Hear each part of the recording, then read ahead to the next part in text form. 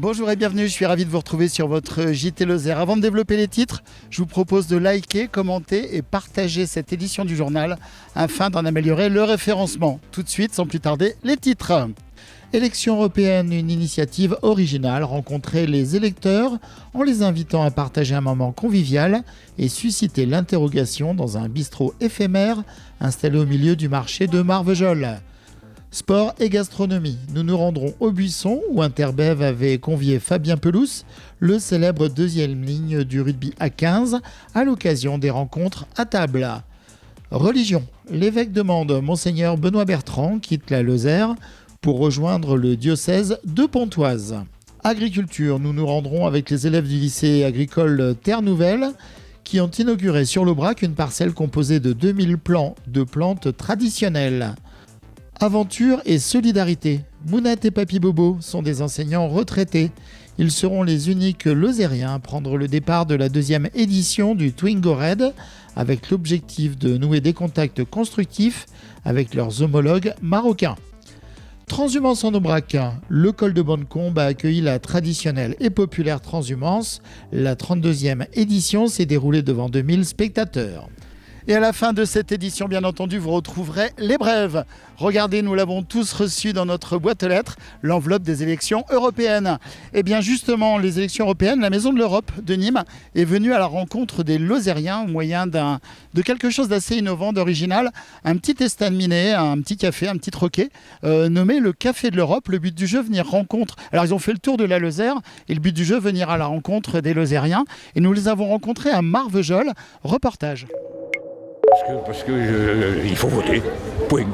Il faut voter. Tout le monde se plaît, les jeunes, les vieux, les gamins, tout ça. Et bien, si rouspète, c'est que ça va pas. Si tout va bien, voilà. Donc il faut voter. Et moi j'irai le premier. J'ai 86 ans, alors il y a un moment que je vote, comme dirait l'autre. Cela ne vous aura pas échappé, le 9 juin prochain, les 450 millions de citoyens européens sont invités à élire leurs représentants au Parlement européen. Une assemblée qui façonne notre vie quotidienne bien plus qu'il n'y paraît. Afin de présenter et mieux comprendre l'enjeu du vote, la Maison de l'Europe de Nîmes a organisé en Lozère des cafés-débats. Alors c'est vrai que c'est pas un menu classique, c'est un menu pour discuter. Il y a comme entrée quelques questions sur l'Europe. Par exemple, avec quelle personnalité européenne aimeriez-vous boire un café ? Est-ce que vous vous sentez européen ? Et si tu démarres par une telle question, est-ce que vous vous sentez européen ? Dans 60% des cas, on a un non. Ou pas directement, ou non, je suis avant tout lozérien, ou cévenol, ou etc. Mais quand on démarre un peu la discussion avec eux, quand on parle de leur quotidien, de l'Europe, de leurs filles, de leurs fils qui sont peut-être à l'étranger avec Erasmus, et quand on repose la question à la fin du Café de l'Europe, le pourcentage a certainement changé parce que les gens ne se rendent pas compte de l'importance de l'Europe dans leur quotidien, des mesures des produits qu'ils achètent sur le supermarché, etc. Donc c'est important aussi de poser cette question, mais peut-être de démarrer autrement, pour leur faire prendre conscience que l'Europe a un véritable impact sur le quotidien. Les flâneurs de Saint-Chély, Mende ou Marvejols ont pu s'asseoir en terrasse et découvrir un menu particulier où quelques questions simples ont débouché sur des questionnements et des échanges avec des représentants lozériens, mais également des représentants européens venus de la Maison de l'Europe. Souvent, on a tendance de dire l'Europe, ça ne m'intéresse pas, ça ne me concerne pas, Bruxelles, c'est loin. Au contraire, il y a plein de mesures qui ont un impact direct sur notre quotidien. Donc, le Parlement européen a mis en place des cafés de l'Europe, des cafés débats, pour faire parler avec les gens l'Europe, et aussi parce que la semaine prochaine, dimanche 9 juin, élection européenne. L'objectif est de proposer aux habitants de Marvejols une meilleure connaissance de l'action de l'Europe dans les territoires et aussi des dispositifs que peut proposer l'Union européenne. Parfois, on oublie un peu qu'on a ce droit et qu'on peut vraiment faire une différence avec sa voix et son vote. Et c'est cool de voir comment on peut vraiment informer un peu plus sur les élections européennes et comme ça peut aussi changer un peu la perspective des gens. Et ça ne veut pas dire qu'on essaye de choisir une perspective pour eux, de choisir un vote pour eux, pas du tout. Mais c'est vraiment juste pour informer qu'ils ont leurs droits, qu'ils peuvent montrer leurs intérêts avec le vote. Nous, ce qui est important, c'est rencontrer toute la population. Donc, on fait ça dans des municipalités, on fait ça à la Maison de l'Europe, dans des collectivités, mais on va aussi sur les marchés. Et Marvejols, justement, l'idée, c'était de faire ça sur un marché du village. Donc, un samedi matin, il y a plein de personnes qui achètent les fruits et légumes. Aussi, on pourrait faire une liaison entre les fruits et les légumes qu'ils achètent. Est-ce qu'ils sont bio? Est-ce qu'ils sont labellisés par l'Union européenne? C'est aussi pour ça qu'on voulait être sur le marché. L'Europe s'engage dans le Massif central avec des fonds européens de développement régional et les fonds européens agricoles pour le développement rural. La Lozère également bénéficie du programme d'initiative communautaire Leader. C'est un programme européen de développement rural. Il permet de mobiliser des financements selon une démarche ascendante pour des projets innovants favorisant l'emploi, le développement économique et touristique, la mise en réseau des acteurs locaux et l'attractivité des zones rurales. Des exemples concrets, nous, au sein de la Lozère, nous avons par exemple des groupes d'action locales qui permettent de mobiliser des crédits européens. Les crédits européens qui sont le leader. Et ce leader permet de soutenir des projets très concrets sur le territoire. On a des reprises de boucheries, boulangeries. On a également des projets qui portent sur les collectivités avec des investissements publics, que ce soit sur le logement, l'adaptation par exemple à des aires de jeux pour enfants. On a différents projets qui sont concrets et qui favorisent une attractivité du territoire. Pour la Lozère, donc, il y a 3 GAL qui couvrent toutes les communes de Lozère. Sur la prochaine programmation, donc, on sait déjà que sur le territoire de l'ouest de la Lozère avec le territoire de l'Aubrac, on a 3 600 000 € qui sont prévus sur cette partie-là. Si on continue, donc on a Terre de Viens Lozère qui regroupe Mende, le secteur de Langogne, Villefort, un peu plus d'1 700 000 € et l'équivalent sur le sud Lozère, donc avec les 2 comités de communes du sud Lozère. Ces budgets sont alloués par l'Europe. Ils couvrent la période allant de 2023 à 2027. Au total, les 27 États membres de l'Union européenne éliront 720 eurodéputés. Ils sont élus pour les 5 prochaines années. Si on vote pas, ça ne nous permet pas de décider qui dirige, entre guillemets, et donc on n'est pas acteur de ce qui se décide au final. L'élection européenne se joue en un seul tour après le 9 juin. Il sera trop tard pour faire entendre sa voix. Pour moi, c'est une chance de vivre dans une démocratie, de pouvoir se prononcer et de voter pour quelqu'un.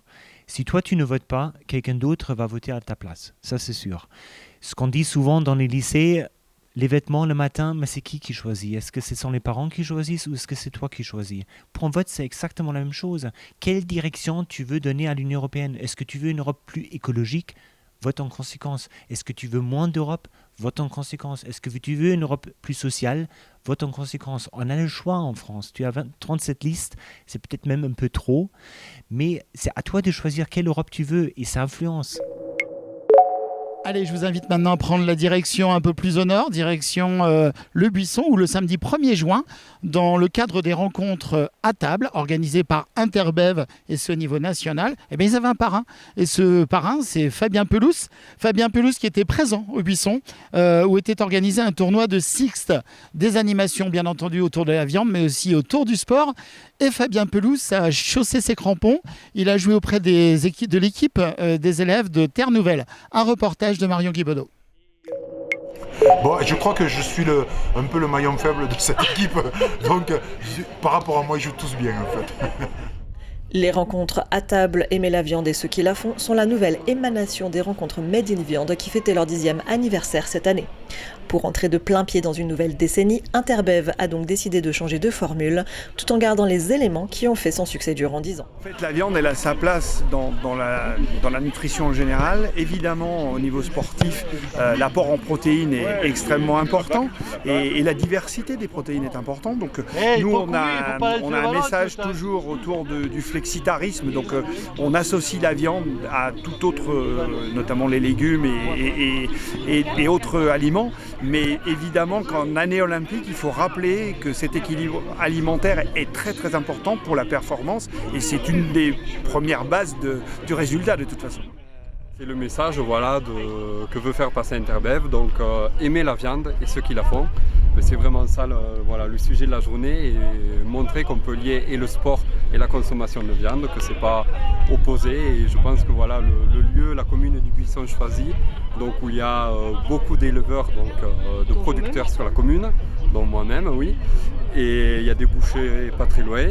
Il y a le club de sport aussi, donc c'est un lieu bien qui représente bien ce qu'on veut montrer et le lien entre le sport et la viande. En réalité, nous, on se bat d'abord pour démontrer que notre viande, elle est durable.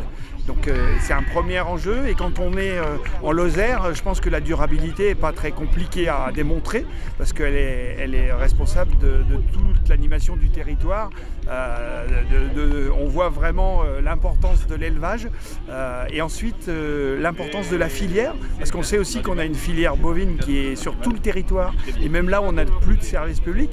Et enfin, on veut aussi que le consommateur il fasse attention à l'origine de sa viande. On ne se bat pas pour forcément plus de viande, mais mieux de viande. Cette année 2024 étant placée sous le signe des Jeux Olympiques et de la compétition, c'est tout naturellement que le thème flexitarien et athlète du quotidien a été sélectionné par la filière pour marquer le coup d'envoi de cette première édition 2024. Au Buisson, tandis que les joueurs de Sixte s'affrontaient sur le terrain, des élèves diététiciennes issus du BTS diététique au lycée Notre-Dame à Mende expliquaient les bénéfices d'une alimentation variée pour les sportifs et les autres. Le sportif, en fait, il mange de manière variée parce qu'il faut qu'il amène toute sorte de nutriments à son corps. Alors on a inventé un terme comme ça, pour ça en tout cas ça s'appelle flexitarien. Et je crois que le rugbyman et le sportif de manière générale est un flexitarien depuis toujours finalement parce qu'il a bien compris l'importance de la nutrition et l'importance d'amener toutes sortes justement de diversité dans son alimentation et notamment la viande. Une après-midi qui a plu tant aux spectateurs qu'aux joueurs. C'est le maire du Buisson qui m'a sollicité pour mettre à disposition les installations du club et les bénévoles du club pour organiser le tournoi de Sixte qu'ils avaient décidé d'organiser pour Interbev. Ce projet me tenait à cœur et je suis très heureux qu'aujourd'hui on soit tous réunis pour parler de la filière viande qui est très importante pour la Lozère. Et qui s'est terminé par un burger de l'amitié 100% lozérien. L'équipe de Cussac a pour sa part gagné le tournoi. Je suis très content, très heureux d'être là et c'est une belle fête. C'est la première édition des rencontres à table et j'espère qu'il y en aura de nombreuses autres. Allez, maintenant, je vous invite à revenir en direction du diocèse de Mende, où le mardi 4 juin, la nouvelle est tombée. Après 5 ans et demi passés auprès des Lozériens, le monseigneur Benoît Bertrand est appelé dans un nouveau département. En effet, le pape François l'a nommé évêque de Pontoise, et ce à compter du 15 septembre. Reportage. Donc voilà la lettre que j'adresse. Chers amis, vous apprenez en ce jour que le pape François m'a nommé évêque de Pontoise. dans le Val d'Oise. Mardi 4 juin, Monseigneur Benoît Bertrand conviait la presse lozérienne pour une annonce qui demeurait sous le secret pontifical. Après le départ de Monseigneur François Durand, c'est avec une certaine émotion et une pointe de nostalgie affichée que l'évêque de Mende nous a annoncé son départ de la Lozère.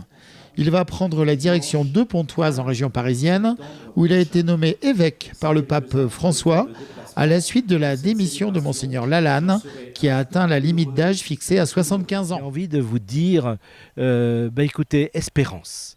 L'espérance, c'est la certitude dans l'incertitude. Certitude que Dieu nous aime d'un amour unique, que nous sommes dans sa main et que sa main est solide dans l'incertitude de fait du chemin des étapes de nos vies. En Lozère, depuis 5 ans et demi, précise-t-il, Monseigneur Benoît Bertrand est né le 1er juin 1960 à Nantes. Après des études en médecine, il a exercé comme docteur en pharmacie dans les hôpitaux à Paris. Il entame en 1990 des études en vue du sacerdoce et après des études en théologie, il est nommé vicaire dominical. Il poursuit son parcours, il sera élevé au rang de docteur en théologie en 1995, puis vicaire général de Nantes pour être enfin nommé évêque de Mende en 2019. 5 années et demie passées en Lozère, c'est court, c'est trop court. Mais je veux d'abord remercier tous ceux et toutes celles avec lesquels j'ai travaillé, prêtres, diacres, laïcs, consacrés, engagés dans la vie des paroisses, des mouvements, des services de l'Église. Nous avons ensemble vécu, je le crois, de belles choses. Nous avons réalisé les projets paroissiaux missionnaires. Nous sommes en train de mettre en place les veilleurs, les visitations. Il y a eu aussi les visites pastorales du monde de la santé, du monde de la jeunesse. Il y a bien sûr eu les 401 ans de la consécration de la cathédrale de Nantes, de Mende. Et puis bien sûr le beau projet du séminaire avec la réhabilitation du séminaire. Voilà, c'est le motif d'Action de grâce. Un très grand merci. L'évêque est très attaché à la Lozère. Ses sentiments sont mêlés de joie de répondre à l'appel du Saint-Père, mais aussi tristesse de vous quitter, écrit-il au diocésain de Mende. Et ce, dans une lettre qui invite les fidèles et amis le 31 août en la cathédrale Notre-Dame Saint-Privat de Mende. En Lozère, ce qui m'a beaucoup marqué, c'est bien sûr la valeur travail, le courage, la foi, la solidarité, mais aussi le fait que la parole tenue est une parole donnée, parole tenue. Et on a l'habitude en Lozère de faire la patch. Voilà, je garderai ce geste ici, très fort, je l'emporte avec moi, avec beaucoup de reconnaissance pour ce que nous avons vécu ensemble. Monseigneur Bertrand administrera le diocèse mendois jusqu'au 15 septembre. Il ajoute, je cite, qu'on lui a assuré qu'un nouvel évêque sera nommé à Mende sans trop tarder. Je garde en mémoire un geste, un moment très fort de cette présence en Lozère lorsque nous avons fêté les 401 ans de la consécration de la cathédrale de Mende. J'avais souhaité que 400 messages d'espérance soient rédigés par des communautés chrétiennes, par des personnes seules, par la société lozérienne. Et nous avons réuni ces 400 messages d'espérance, nous les avons inscrits dans un rouleau de 9,60 m de long. Ce rouleau a été enroulé et déposé dans une urne par un jeune homme et une petite fille le jour des 401 ans de la consécration de la cathédrale. Ce rouleau a été glissé dans le mur de la cathédrale. Voilà, peut-être que dans quelques siècles, les chrétiens de l'époque ouvriront ce mur, sortiront ce rouleau et découvriront tous ces messages d'espérance rédigés par les chrétiens du début du 3e millénaire. Alors je pars avec ce geste que j'ai effectué là au moment de l'anniversaire de la consécration de la cathédrale, et ce geste est aussi un signe, un témoin à se passer les uns les autres. Oui, l'espérance ne déçoit pas. Allez, maintenant direction l'Aubrac où le mardi 28 mai, les élèves du lycée agricole Terre Nouvelle ont inauguré une parcelle à Saint-Laurent-de-Muret. Un projet de revalorisation des plantes sauvages traditionnelles de l'Aubrac dans la gastronomie, en présence du PNR de l'Aubrac, des élus locaux, du conseiller régional Bernard Bastide. Un reportage de Marion Guibaudot. C'est un petit bout de terre en triangle qui se mérite, posé dans les sectionaux de Saint-Laurent-de-Muret. Cette petite parcelle de 2000 m² qui jusqu'à l'hiver dernier était envahie de broussailles et d'arbres attend désormais sagement les premières plantations que les 28 élèves en bac pro du lycée Terre-Nouvelle ont apportées ce mardi 28 mai. Une trentaine de variétés et plus de 2000 plants seront ainsi plantés pour cette expérimentation. Des plants parmi lesquels on peut retrouver de la gentiane, du calamon, de l'ail des ours, du calendula, de l'arnica et tant d'autres. Toute la classe a préparé, et même d'autres classes du lycée, donc la classe de première STAV, les terminales. On a fait une journée citoyenne aussi avec des groupes, donc de la 3e à la terminale, même au BTS pour venir nous aider. Du coup l'idée c'est de faire pousser des plantes dans différents paillages et faire des tests, voir de quoi on va obtenir un résultat. Il y a 4 ans, le parc naturel régional de l'Aubrac présentait un projet dans le cadre du programme national de l'alimentation 2020-2021 portant sur la revalorisation des plantes anciennes et sauvages de l'Aubrac dans la gastronomie. L'Aubrac est reconnu pour ses patrimoines et sa richesse floristique. Plus de 1000 espèces y ont été inventoriées. Ce projet mené avec le lycée agricole Terre-Nouvelle permet d'améliorer la connaissance et l'usage de ces plantes tout en travaillant à leur préservation et leur valorisation durable au service d'une alimentation variée et originale. Il devrait également permettre de développer de nouvelles filières agricoles territorialisées en collaboration étroite entre les producteurs et les transformateurs, en particulier les restaurateurs du territoire, tout en s'assurant de la pérennité de faire pousser ces plantes en altitude.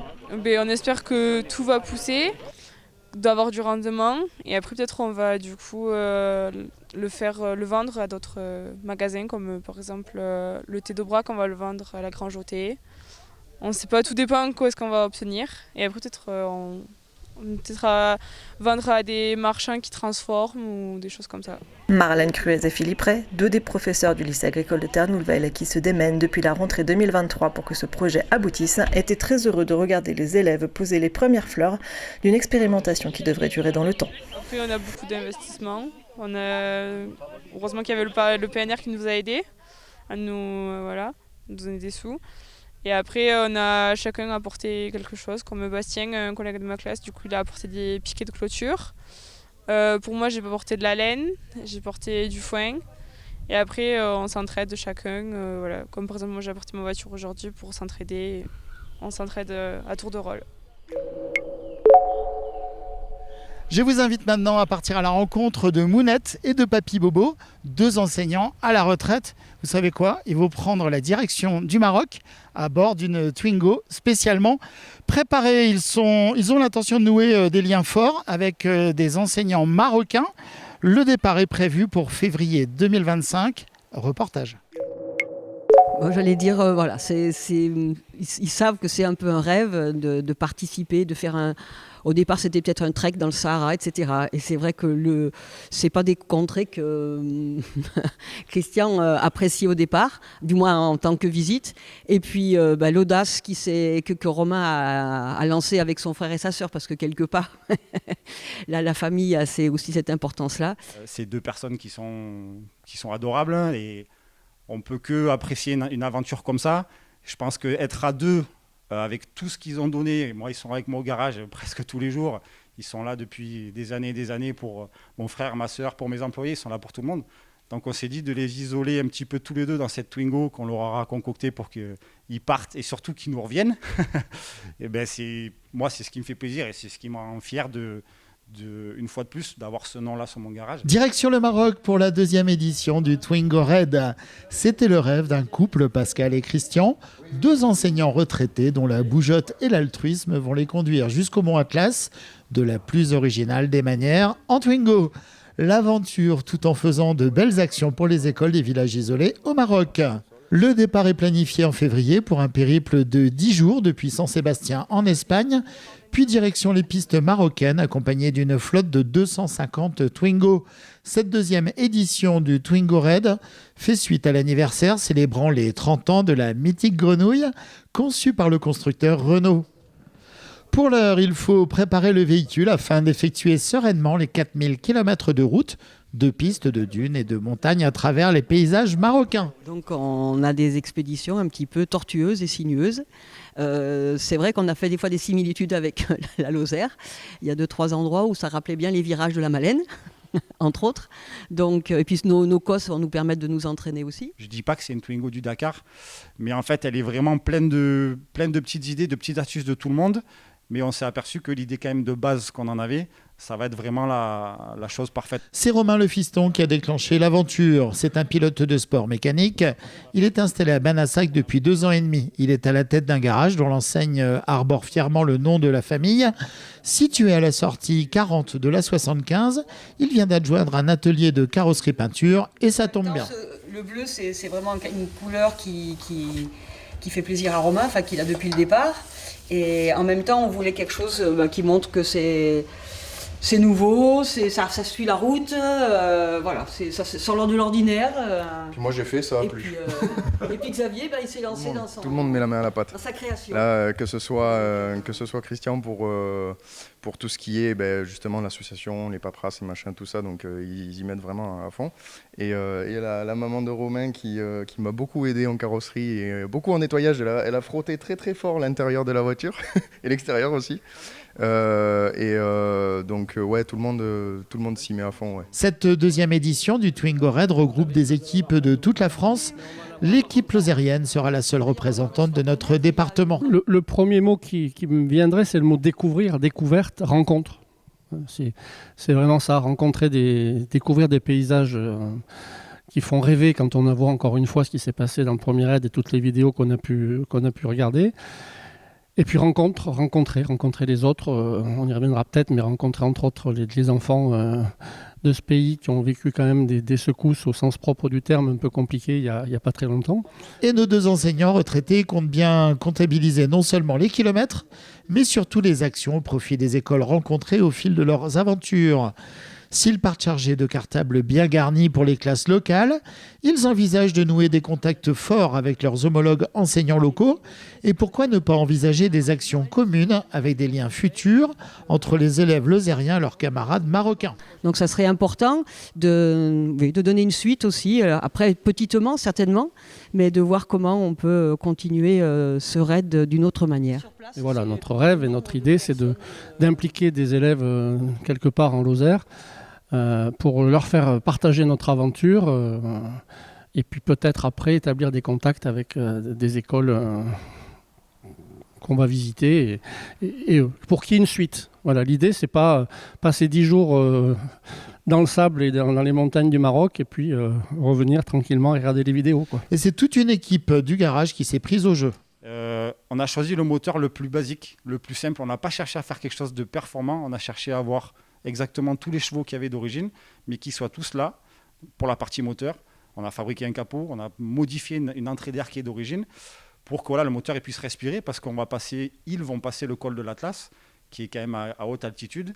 Et comme on sait dans les performances mécaniques, plus on monte en altitude, moins on manque d'air. Et un moteur qui manque d'air, c'est un moteur qui ne marche pas. Donc pour être au top de la fiabilité, on est parti sur ça. Donc voilà, c'est plein de petites choses comme ça. Et une fois de plus, c'est ce qu'on fait là, c'est de trouver des systèmes un petit peu et de montrer qu'on peut créer quelque chose à partir de l'idée d'un mécanicien, un carrossier, des parents et des gens qui ont déjà vécu cette expérience pour nous dire, voilà, partez sur ça, c'est bien, ou alors laissez tomber parce que ça n'a pas été. Après, il y en a beaucoup qui m'ont dit laissez tomber, moi ça n'a pas marché, mais je l'ai quand même fait en modifiant pour essayer que ça fonctionne comme il faut. Bien plus qu'un simple raid pour Mounette et Papy Bobo, c'est un projet solidaire humanitaire, une aventure passionnante à suivre avec attention dès février. Alors après, on a des petites filles aussi, et à leur façon, elles aussi, elles sont déjà avec Mounette et Papy Bobo, elles sont déjà parties dans un rêve. Mais on veut surtout faire apparaître le nom de tous les gens qui vont venir nous aider, qui vont nous soutenir, et en particulier nos petites filles. Elles ne vont pas porter de l'argent, nos 5 petites filles, mais leur nom sera en priorité sur le capot du véhicule. Donc voilà, c'est ça aussi la traduction de l'esprit de famille, quoi. Je fais de la compétition depuis 2006. C'est mes parents qui m'ont amené chercher mon premier kart, c'est mes parents qui m'ont aidé à monter le premier moteur, c'est eux qui m'ont amené sur les premières courses, c'est eux qui m'ont offert mes premiers gants, mon premier casque, mes chaussures. Et mon père n'a jamais eu de voiture de course, donc ma mère non plus n'a jamais eu de voiture de course. Et j'ai eu le plaisir en 2024, en Noël 2023, de leur offrir leur première voiture de course. Et de se dire, ce rêve, parce que c'est important, on va le réaliser tous les deux, et ma foi, chacun à notre façon, nos yeux brillent. Allez maintenant, retour sur les montagnes de l'Aubrac, où près de 2000 personnes se sont pressées au col de Bonnecombe dimanche 27 mai pour la traditionnelle transhumance de l'Aubrac, une fête pour le territoire. Cette année, la transhumance fêtait sa 32e édition. Elle était attendue de pied ferme par les nombreux visiteurs qui ont applaudi les Aubrac des familles Gély, famille Pignol et famille Masson. Un reportage de Marion Guibaudot. Reconnue comme patrimoine culturel immatériel de l'humanité par l'UNESCO, la transhumance est un événement traditionnel qui attire chaque année une foule nombreuse. Montée des troupeaux sur le plateau, danse folklorique, marché de pays et artisanat, repas traditionnels et festirando font partie des animations qui ont été proposées aux curieux durant tout ce week-end festif. Et pour apporter un peu de bruit à cette grand-messe à ciel ouvert, où se côtoient joyeusement locaux et touristes qui se pressent pour admirer les décorations des Aubrac passant sur la route, des sonneurs de cloches ont fait le spectacle. Venus de Suisse et des Vosges, les deux groupes ont assuré plusieurs shows défilant avec d'énormes cloches. On vient d'Alsace, on est un groupe de sonneurs des Hauts-de-Chaume, donc on est tous paysans et on monte en estive sur notre montagne vosgienne. Donc on est monté là il y a 8 jours et on va redescendre le 12 octobre. Et il y a une grande fête de la transhumance le 12 octobre à Mulbach-sur-Munster. Et donc on reproduit un peu les sons de cloches en transhumance, de vaches en transhumance.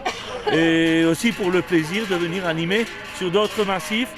Les cloches, elles vont entre 8 et 15 kilos. C'est vous qui les avez fabriquées ou vous les faites fabriquer? Non, on les fait fabriquer. Donc on a encore d'anciennes cloches qui viennent de nos parents, de nos grands-parents. Et nos jours, on les fait fabriquer en Suisse. Par contre, tout ce qui est décoration, c'est fait chez nous, dans la vallée de Munster ou dans la vallée de Guebwiller. On a encore 2-3 bourreliers qui nous font ça. Ce sont la famille Masson, puis les familles Pignol et Gély qui fermaient la marche, qui ont constitué le clou du spectacle. La famille Masson et leur 60aine d'Aubrac, arrivés les premiers, ont reçu la bénédiction juste à la sortie de la messe. Une nouvelle édition réussie pour cette fête de la transhumance qui existe depuis le début des années 90. Allez, il est l'heure à présent de retrouver les brèves de ce journal.